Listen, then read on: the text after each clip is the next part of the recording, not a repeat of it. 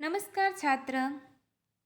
आज हम हिंदी विषय में कक्षा 10वीं की चोरी गद्य का अभ्यास करेंगे, जिसके लेखक है यशपाल जैन और साहित्य प्रकार है कहानी। यशपाल जैन का जन्म 1 सितंबर 1912 में अलीगढ़ जिले के विजयगढ़ कस्बे में हुआ था और उनकी मृत्यु 10 अक्टूबर 2000 में मध्य प्रदेश के नागदा गांव में हुई थी। यशपाल जैन ने बाल साहित्य पर अपनी लेखनी चलाई है और बाल मनोविज्ञान पर उन्होंने अनेक कहानियाँ लिखी है। सन 1990 में उनको भारत सरकार का प्रतिष्ठित पुरस्कार पद्मश्री से सम्मानित भी किया गया है। अजंता इलोरा, अहिंसा और भारत के यात्री उनकी ख्यातनाम कृतियाँ हैं। यशपाल जैन ने इस कृति के माध्यम से हमें यह संदेश दिया है कि मालिक और नौकरों के बीच में समान व्यवहार होना चाहिए, उनके बीच में कोई भी मतभेद नहीं होना चाहिए और मालिकों को भी नौकरों के साथ एक आत्मीयतापूर्ण व्यवहार भी करना चाहिए और नौकरों को भी अपने परिवार का एक अंग मानना चाहिए और जो भी खाना वह खाते हैं वैसा ही खाना नौकरों को भी खिलाना चाहिए, जिससे उसके मन में कोई भी चोरी की भावना उत्पन्न न हो और मानवीय और सौहार्दपूर्ण वातावरण से घर में सुख और शांति और आनंद बना रहे। इस संदेश के साथ यशपाल जैन ने एक परिवार की कहानी या सुंदर ढंग से प्रस्तुत की गई है। यहाँ मुख्य पात्र के रूप में नंदन और मालती एक दंपति है और उसके घर में एक बिंदु नामक व्यक्ति काम करता है और गौण पात्र के रूप में उन्होंने कुंदन का भी चित्रण किया है। कमरे को साफ कर झाड़ू पर कूड़ा रखी जब बिंदु कमरे से बाहर निकला तब बरामदे में बैठी मालती का ध्यान उसकी ओर अनायासी चला गया। उसने देखा कि एक हाथ में झाड़ू है पर दूसरे हाथ की मुट्ठी बंधी है और कुछ पीछे की ओर जानबूझकर आड़ में कर ली गई है। मालती को लगा हो न हो कमरे से बिंदु कुछ लाया है। उसने कहा, बिंदु। 2 कदम पर बिंदु पर उसने मानो मालती की आवाज़ सुनी ही न हो। वह चलता ही गया, बल्कि मालती ने देखा कि उसकी पुकार पर बिंदु की चाल में कुछ तेजी आ गई है। गुस्से से भरकर उसने कहा, बिंदु, ओ बिंदु, ठहर, कहाँ जाता है? बिंदु जो नौकर है, बरामदे यानी कि कमरे के बाहर का आंगन, अनायास यानी कि अचानक, आड़ यानी कि ओट, पुकार यानी कि आवाज़ के मालती और नंदन का घरेलू नौकर है। एक दिन घर के कमरे में झाड़ू लगाकर कूड़ा झाड़ू पर रखकर दूसरे हाथ की मुट्ठी बांधे हुए वह बाहर आता था तो बिंदु की बंधी मुट्ठी देखकर मालती को संदेह होता है कि उसे लगता है कि शायद घर की कोई कीमती चीज़ें वह मुट्ठी में दबाए लिए जा रहा है। तो मालती ने बिंदु को रुकने के लिए कहा, लेकिन बिंदु उसकी आवाज़ अनसुनी करके तेजी से बढ़ने लगता है। जब वह चिल्लाती है तो वह भागने लगता है। इतना कहना था कि बिंदु तो दौड़ने लगा और वह गया। मालती के संदेह की पुष्टि के लिए यह सब काफी था। उसने तेजी के साथ कहा, सुनते हो जी, देखो बिंदु कुछ लिए जा रहा है, जल्दी आवो। तो नंदन अपने कमरे में बैठा अपने पत्र के लिए कुछ लिख रहा था। मालती का यो चिल्लाना उसे अच्छा नहीं लगा और उसने चाहा कि टाल दे, पर मालती माने तब ना। एक सपाटे में वह कमरे में आ गई और बोली, झटपट उठो, देखो बिंदु मुट्ठी में दबाए कुछ ले गया है। नंदन ने कलम एक ओर रख दी और जैसे किसी ने जबरदस्ती पकड़कर उठा लिया हो वह उठा। कमरे से बाहर आया तो देखता क्या है कि बिंदु लौटकर आ रहा है। एक हाथ में झाड़ू है और दूसरा रीता है और नीचे लटका है। उसे देखते ही मालती उबल पड़ी। क्यों रे बिंदु के बच्चे, मैं गला फाड़ती रही और तू रुका तक नहीं। बोल, हाथ में क्या ले गया था? संदेह यानी कि शंका, पुष्टि यानी कि समर्थन, सपाटे यानी कि तीव्र गति से, रीता यानी कि खाली और उबल पड़ी यानी कि गुस्सा होना। कि जब मालती तेजी से नंदन के कमरे में पहुंचती है और बिंदु की इस हरकत के बारे में उसे बताती है। तब नंदन उसे उस बात को टालना चाहता है, लेकिन वह टाल नहीं सकता है। इसलिए वह जब कमरे से बाहर आता है तब उसने देखा कि जो बिंदु है वह कूड़ा फेंक कर वहाँ घर की ओर आ रहा। उसके एक हाथ में जो कूड़ा था वह झाड़ू है और दूसरा हाथ खाली है और नीचे लटका हुआ है। तो उसे देखकर मालती को गुस्सा आता है और कहती है कि बिंदु के बच्चे, मैं यहाँ गला फाड़ती रही, यहाँ जोर से तुम्हारा नाम पुकारती रही, लेकिन तू रुका भी नहीं। और बता, तुम्हारे हाथ में वह क्या था जिसे तू छुपा के ले जा रहा था। बिंदु का चेहरा फक बोला, कुछ नहीं बीबी जी। झूठा कहीं का, क्यों रे, तेरे हाथ में कुछ नहीं था तो मेरे पुकारने पर फिर तू रुका क्यों नहीं? तो मालती ने रोषपूर्ण स्वर में पूछा। बिंदु से बोला, नहीं जा रहा था। कहे तो क्या कहे? तब नंदन आगे बढ़ा, बोला, घबराओ नहीं, सच बताओ कि क्या ले गए थे? सच बाबूजी, मेरे हाथ में झाड़ू थी और कूड़ा था। फिर वही झूठ? मालती ने चिढ़ कर कहा, इसे पुलिस में दे दे। लातों के देव कहीं बातों से मानते हैं? इस बेईमानी के ऊपर घर छोड़ रखा है तो इसलिए कि चीज उठा उठा कर ले जाए और ऊपर से झूठ बोले। फक फक यानी कि रंग बिगड़ जाना या रंग उड़ जाना। रोषपूर्ण यानी कि क्रोधपूर्ण। चिढ़कर यानी कि नाराज होकर। और बेईमान यानी कि झूठा। कि जब बिंदु जो घर में आया तो उन्होंने देखा कि बिंदु का जो चेहरे का रंग था वह उड़ गया था। तो मालती ने उसे क्रोधपूर्ण कहा कि बिंदु, तुम्हारे हाथ में क्या था, तुम सच बताओ। तो बिंदु भी वह कुछ नहीं बोलता, वह कहता कि मेरे हाथ में कुछ नहीं था। तब नंदन ने आगे आया और कहा कि बिंदु, तुम घबराओ मत, तुम सच कह दो कि तुम क्या ले गए थे। तब भी वह बिंदु कहता है कि मेरे हाथ में एक झाड़ू था और जो कूड़ा था वही था, मेरे हाथ में कुछ नहीं था मालिक। तो यह सुनकर मालती को बहुत गुस्सा आ जाता है। वह कहती है कि इसे पुलिस में ही दे दो, क्योंकि लातों के देव बातों से नहीं मानते, कि बुरे लोगों के साथ अच्छा व्यवहार करने से वे नहीं मानते, उसके साथ बुरा व्यवहार करा जाए तो ही वह अपनी बातें वह सच कहते हैं। नंदन ने मालती को शांत कर कहा, असली बात जानने का यह तरीका नहीं है। फिर बिंदु को उसने प्यार से समझाया और कहा, मैं तुमसे कुछ कहूँगा नहीं, ठीक ठीक बताओ कि क्या ले गए थे। तो किंतु बिंदु घबराया सा, खोया सा धरती की ओर देखता रहा और नंदन का बहुत आग्रह हुआ तो उसने इतना ही कहा, मैंने कुछ लिया है। नंदन फिर भी खिजा नहीं, बोला, अच्छा चल देख, तू कूड़ा कहाँ फेंक आया है। बिंदु पहले तो कुछ ठिठका, अनंतर मुड़कर चुपचाप आगे हो लिया।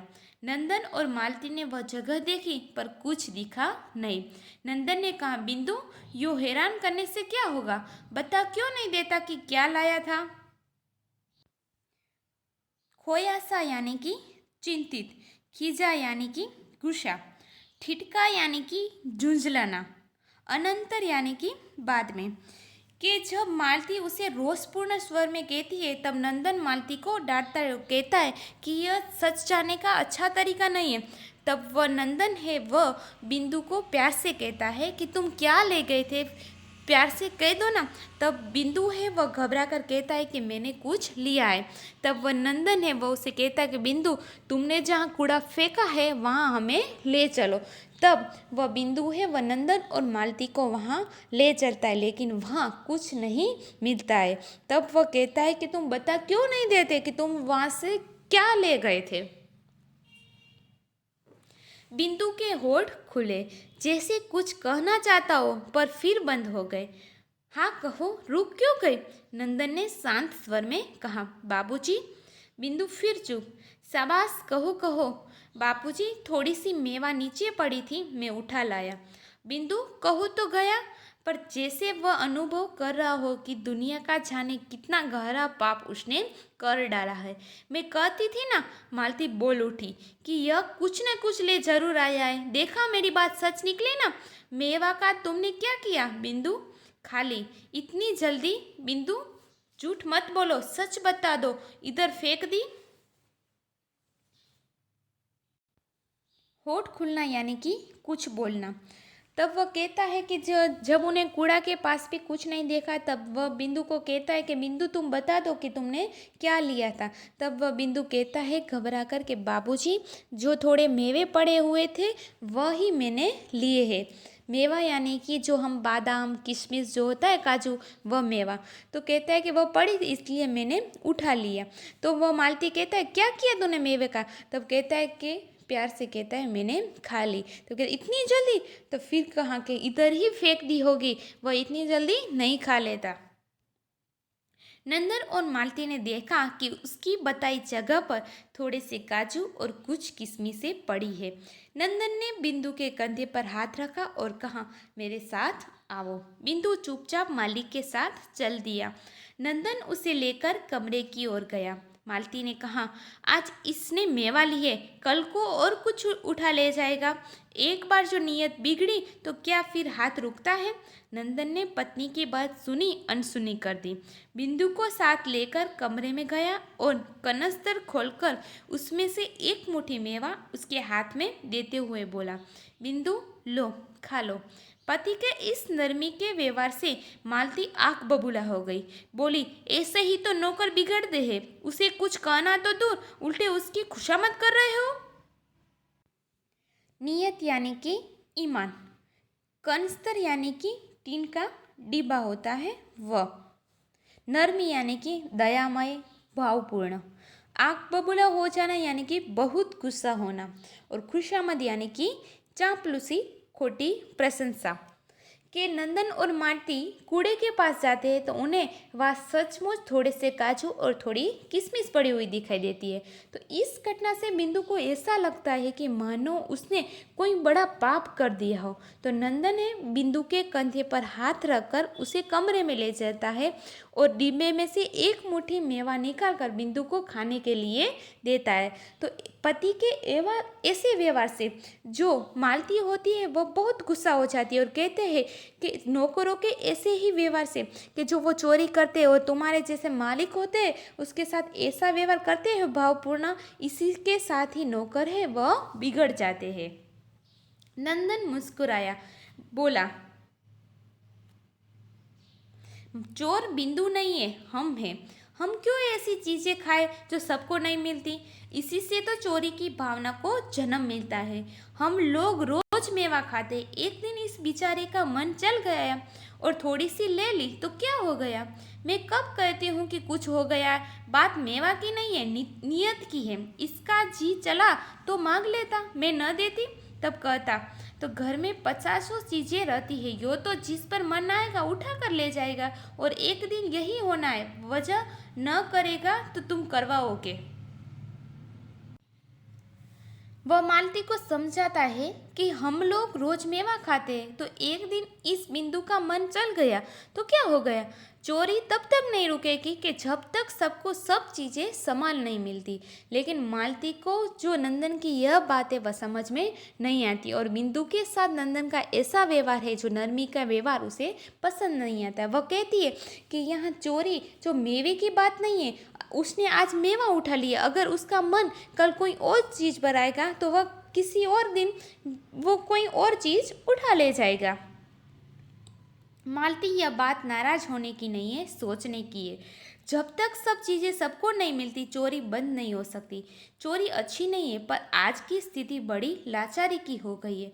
नंदन ने समझाते हुए कहा, देख लेना एक दिन यही बिंदु घर से टंक उठाकर न ले जाए तो मेरा नाम मालती नहीं।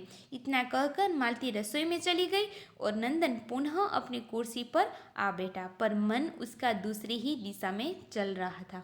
थोड़ी देर वह सोचता रहा, फिर उसने विचारों को समेटा और लेख पूरा करने में लग गया। और नंदन ने वह मालती को कहता है कि यह बात नाराज होने की नहीं है, यह बात सोचने की है। क्योंकि सब लोगों को सब चीज़ें मिल जाए तो कोई भी लोग वह किसी भी चीज़ की चोरी नहीं करेगी। उसे वह चीज़ नहीं मिलती, इसलिए ही तो वह लाचारी के बस वह चीज़ की चोरी करता है। वह कहते हैं, लेकिन मालती है वह उसे जो नंदन की बात है वह समझने में तैयारी नहीं है। वह कहती है कि बिंदु घर से आज तो मेवा ले गया, लेकिन कल टंक उठाकर न ले जाए तो मुझे कहना मेरा नाम मालती नहीं। लेकिन जो वह दोनों अपने अपने काम में लग जाते हैं। लेकिन नंदन सोचता है कि नंदन की दृष्टि में बिंदु चोर नहीं है। वे अपने आप और मालती को ही चोर मानते हैं कि जिनके कारण बिंदु ने चोरी की भावना का जन्म हुआ। उनके विचार से सबको सब चीज़ें मिलनी चाहिए। हमने उसे नहीं दिया, इसलिए तो बिंदु को यह चोरी करनी पड़ी थी। वह अपने विचारों में मग्न है और बाद में वह भी अपने काम करने लग जाता है। लेख पूरा हुआ तो काफ़ी देर हो चुकी थी। वह उठा और सीधा रसोई में पहुंचा। देखता क्या है कि मालती सिल पर चटनी पीस रही है। नंदन ने कहा, बिंदु कहाँ है? मैं क्या जानूं? तुम जानो और तुम्हारा लाडला बिंदु जाने। उसे निकाल दिया? निकालने वाली मैं कौन होती हूँ? कब से नहीं है? तभी चला गया था। नंदन थोड़ा हैरानी में पड़ा। मालती ने पुनः कहा, तुम यहाँ के नौकरों को जानते नहीं। अपने घर में भी उनका हाथ रुकता नहीं। कुंदन ने यहाँ कितना अनाज भरा है, फिर भी एक दिन आंख बच गई तो काका के यहाँ से गेहूं ले ही गया। नंदन जानता था कि बहस का अंत नहीं। उसने बात आगे नहीं बढ़ाई और तौलिया उठाकर स्नान करने चला गया। स्नान करने के बाद उसने भोजन किया। सील यानी कि पत्थर का जो चटनी करने का जो खंडनी होती है, वो आंख बच गई यानी कि कोई न देखे तब। तो कुछ समय के बाद नंदन है वह कमरे से बाहर आता है और रसोई में देखता है तो उसे पता चलता है कि बिंदु है वह घर में नहीं है।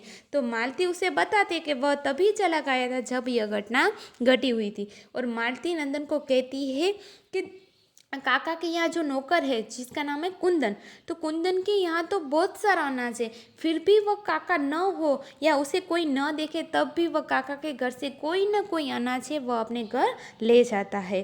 तो वह नंदन को लगता है कि इस बात का कोई बहस से इसका कोई अंत ही नहीं, इसलिए वह गुस्से से वहाँ से चला जाता है और स्नान करने चला जाता है। दोपहर बीती और शाम होने को आई, फिर भी जब बिंदु न लौटा तो मालती के मन को अच्छा नहीं लगा। चौके में अब भी बिंदु का खाना पड़ा था। झूठ बोला तो क्या, आखिर बालक ही तो है। बेचारा भूखा जाने कहाँ भटक रहा होगा। कई बार कमरे से बाहर आ आकर मालती ने बिंदु को देखा, फिर बगीचे का एक चक्कर लगाया कि कहीं पेड़ के नीचे पड़ा सो न रहा हो, पर बिंदु वहाँ कहाँ था जो मिलता। मालती आकर पलंग पर पड़ गई और अपने को कोसने लगी कि जरा सी बात को इतना तुल क्यों दिया। थोड़ी सी मेवा ले गया था तो क्या गजब हो गया था। कोसना यानी कि बुरा भला कहना, तुल देना यानी कि आग देना, छोटी बात को बड़ा करना। कि जब दोपहर बीत जाती है, शाम होने को आती है, तब भी बिंदु है वह घर लौटकर नहीं आता है। इसलिए मालती है वह सोच सोच कर बेचैन हो जाती है और बिंदु का खाना भी रसोई में पड़ा है। तो मालती है वह बिंदु पर दया आती है और कहती है कि बेचारे ने झूठ बोला तो क्या हुआ, आखिर बालक है, बेचारा भूखा और प्यासा कहाँ भटक रहा होगा। वह उसे आसपास ढूंढती है लेकिन बिंदु है वह उसे मिलता नहीं है। वह अपने आप को कोसती है कि मैंने जरा सी बात को इतना तुल क्यों दिया, थोड़ा सा मेवा ही तो ले गया था। वह अपने क्यों कहती है कि मेवा ही ले गए थे, यह तो नन्ही सी बात है, उसने इस नन्ही सी बात को बड़ा क्यों किया। सोचते सोचते देर हो गई तो वह उठी और सहन में टहलने लगी।